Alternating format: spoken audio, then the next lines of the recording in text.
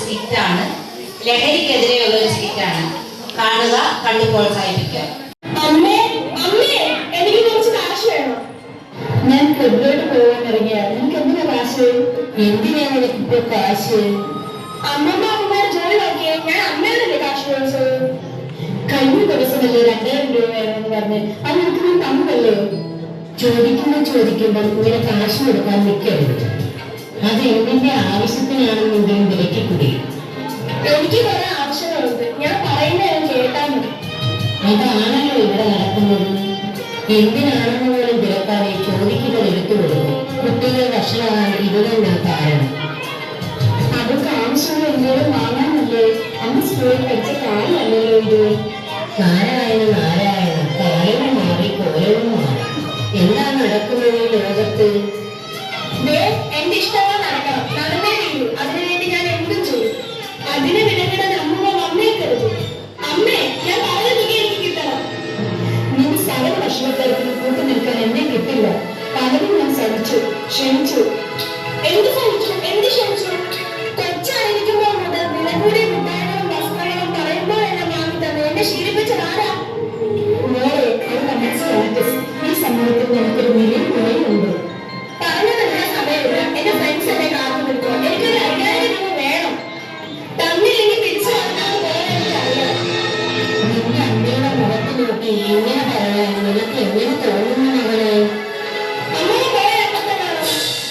അയ്യോ, അമ്മേ, ബാഗ് എടുക്ക്, പൈസ ചേർത്താ.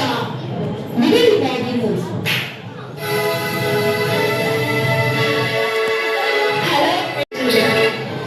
കാശ് ഞാൻ എങ്ങനെ ഒപ്പിച്ചുതരാം? എനിക്ക് സാധനം കിട്ടിയേ പറ്റൂ.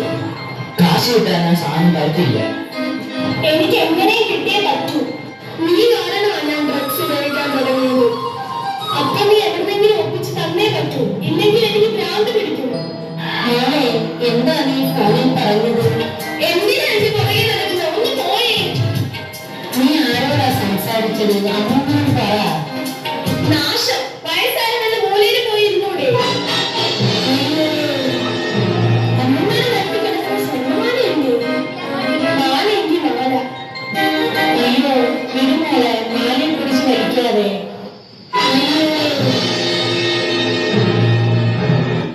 അയ്യോ അമ്മൂമ്മ, എന്റെ ലഹരി എന്നെ ഭ്രാന്താക്കി. എന്റെ ജീവിതം നശിച്ചല്ലോ. എന്നെ എടുത്തുകൊണ്ട് വരുമ്പോ ചോറ് വാരി തന്നു. എന്നെ കൊലമ്പ് ചൊരുക്കി ഒരുപാട് സ്നേഹം വാരിക്കൊടുത്തന്ന എന്റെ അമ്മൂമ്മ എന്റെ കൈകൊണ്ട് പിടഞ്ഞു വീണല്ലോ. ഇതിനെല്ലാം കാരണം എന്റെ ലഹരിയാണ്. ഇനി എനിക്ക് ജീവിച്ചിരിക്കണ്ട.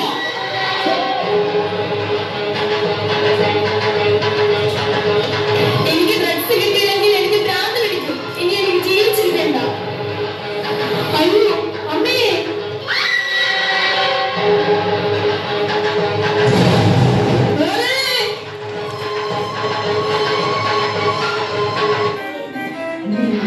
ഇന്നത്തെ തലമുറയെ വഴിതെറ്റിക്കുന്ന വളരെ അപകടകരമായ ഒരു ശീലമാണ് മയക്കുമരുന്നുകളുടെ ഉപയോഗം. അവയുടെ ഉപയോഗം മൂലം യുവതലമുറ അനുദിനം നാശത്തിലേക്ക് പോയിക്കൊണ്ടിരിക്കുകയാണ്. ബുദ്ധിയും വിവേകവും നഷ്ടപ്പെട്ട് സ്വയം നശിച്ചും ചുറ്റുപാട് നശിച്ചും ഇല്ലാതായിക്കൊണ്ടിരിക്കുകയാണ്.